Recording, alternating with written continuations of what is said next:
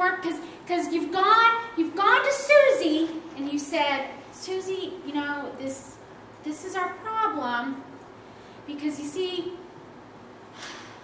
this is what happened. Susie was talking about me and I really didn't like it. But Susie won't admit that she talked about me. She has a bad habit of doing that. So we bring in 2 to 3 witnesses. And now, they're not supposed to blame Susie, even though they really like to. They're not supposed to blame Susie. This is supposed to be a loving, nurturing witness of account. And this comes from Deuteronomy. Again, we go back to the Old Testament. One witness isn't enough to convict a man accused of any crime or offense he may have committed. A matter must be established by the testimony of 2 to 3 witnesses. Now, in that time, even when Jesus was alive, the way things were handled was they went to town. They would take a person, put him in the center of town, at the court, and if somebody was being accused of something, there had to be a minimum of 2 to 3 people who would lay witness to that crime. 2 to 3. And they'd stand that person there and they would yell out the crime and say, who has seen what Susie has done?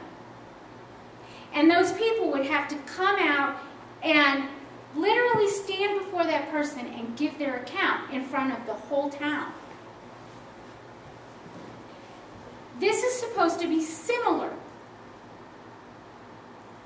But it's not about blame. It's about supporting and witnessing what has happened. Now, we have a spin on this. This is what we do. You see, we bring Susie in, and our witnesses, they point fingers. Oh, I know what Susie did. That's not what she did. No, she went around telling everybody behind your back, and then she has told at least 20 people exactly what you did, but that's not really what you did. And that's what we do. And then we spread the whole thing, and everything gets blown all out of proportion. That's what we do. And then we put things on Facebook and on Twitter. It just gets all over the place. And then we start spreading things about Susie. Because she's spreading things, why not? We might as well do the same thing. She wants to play that game, oh, we can play that game. That's what we do. We don't support somebody. We don't love somebody. We get revenge. That's what we like to do. What goes around comes around, baby. That's what we say.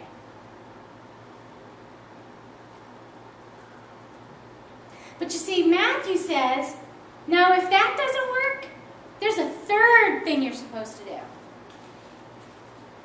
The third thing is, you take it to the church. It's called accountability. You see, the church is meant to be a support system. A support system where you can go to the church for accountability in a loving way. And Luke tells us in chapter 17, verse 3, so watch yourselves. If your brother or sister sins, rebuke him, and if he repents, forgive him. You see, again, it's not about blame, but it's a reminder.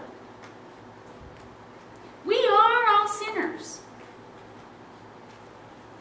But sometimes we forget. Sometimes we don't realize our behavior. Sometimes we get so wrapped up in the conflict or in our own behaviors that we don't realize what we're doing. We don't realize that we're standing like this going, that's exactly what she did. Oh, I'm not playing that game. But then you are playing that game. And until somebody shows you that you're playing the same game she's playing, you don't see it. And until your church family can hold you up in a loving accountability, you don't see it. Your church is a place where you can be loved in prayer and forgiveness. Not forgetfulness. We don't need to forget what's happened, because sometimes remembering is good, so that we don't go back.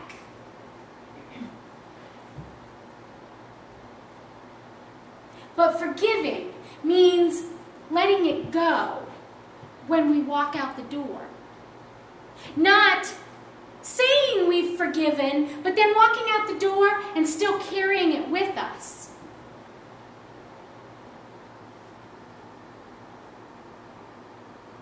Loving, praying, and forgiving. That's what the church body, family, is for. You see, we are all sinners in the presence of Christ. John 8, verses 17 through 18 says, "In your own law, it's written that the testimony of 2 men is valid. I am one who testifies for myself.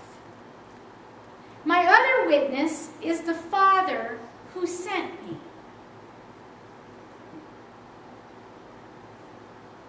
So here on this earth, we say that it takes 2 to testify. The Hebrews said it took 2. Christ is saying that it takes Him and God the Father. The awesome thing is that they are always present with us.